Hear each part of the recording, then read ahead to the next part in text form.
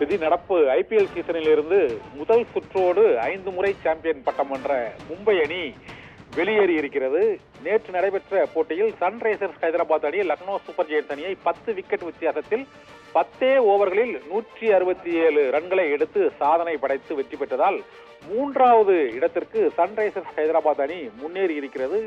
4வது இடத்திற்கு Chennai Super Kings அணி தள்ளப்பட்டிருக்கிறது. இதனால் பிளே ஆஃப் சுற்றுக்கு சென்னை சூப்பர் கிங்ஸ் அணி தகுதி பெறுமா என்ற கேள்வி எழுந்திருக்கிறது.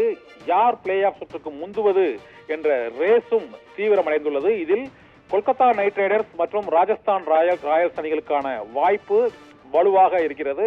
இவர்கள் அடுத்து வரும் ஒரு போட்டியில் வென்றாலே அவர்கள் பிளே ஆஃப் சுற்றுக்கு வாய்ப்பை உறுதி செய்து விடுவார்கள். ஆனால் பிளே ஆஃப் சுற்றுக்கு மொத்தமாக 4 அணிகள் மட்டுமே முன்னேற முடியும். கொல்கத்தா மற்றும் ராஜஸ்தான் அணிகள் போக மீதம் இருப்பது 2 இடங்கள் தான்.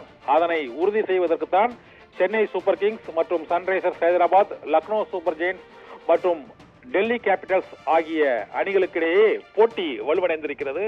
இதில் சிஎஸ்கே மற்றும் ஹைதராபாத் அணிகள் தகுதி பெறுவதற்கான வாய்ப்பு அதிகமாக இருக்கிறது. இது தவிர வேறு ஏதேனும் அணி பிளே ஆஃப் சுற்றுக்கு தகுதி பெற வேண்டும் என்றால் அந்த அணி பல்வேறு போட்டிகளில் பல்வேறு சாதனைகளை ரன் ரேட் விதத்திலும் ஒட்டுமொத்த ஸ்கோர் விதத்திலும் பெற வேண்டிய நெருக்கடிக்கு தள்ளப்பட்டிருக்கிறது.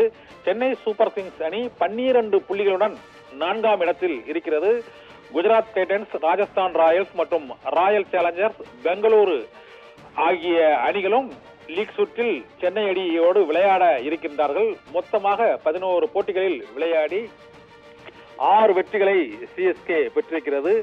நெட் ரன் ரேட்டை பொறுத்தவரையிலும் சிஎஸ்கே அணி இந்த 4வது இடத்தில் வலுவான இடத்தில் இருந்தாலும் அடுத்து வரும் 3 போட்டிகளில் 2 போட்டிகளில் சிஎஸ்கே அணி வென்றால்தான் இந்த பிளே ஆஃப் சுற்றுக்கு சிஎஸ்கே அணி தகுதி பெறுவதற்கான வாய்ப்பு இருக்கிறது. குஜராத் அணியை பொறுத்தவரை பிளே ஆஃப் சுற்றுக்கு அவர்கள் போக வேண்டும் என்றால் அடுத்த 3 போட்டிகளிலும் வெல்ல வேண்டும். ஆனால் மற்ற அணிகள் தோற்க வேண்டும். இதே போல ராயல் சேலஞ்சர்ஸ் பெங்களூர் மற்றும் பஞ்சாப் அணிகள் போட்டியில் தோற்றால் தோற்கடிக்கப்பட்ட அணி பிளே ஆஃப் சுற்றிலிருந்து வெளியேறும். இதனால் 14 போட்டிகள் கொண்ட இந்த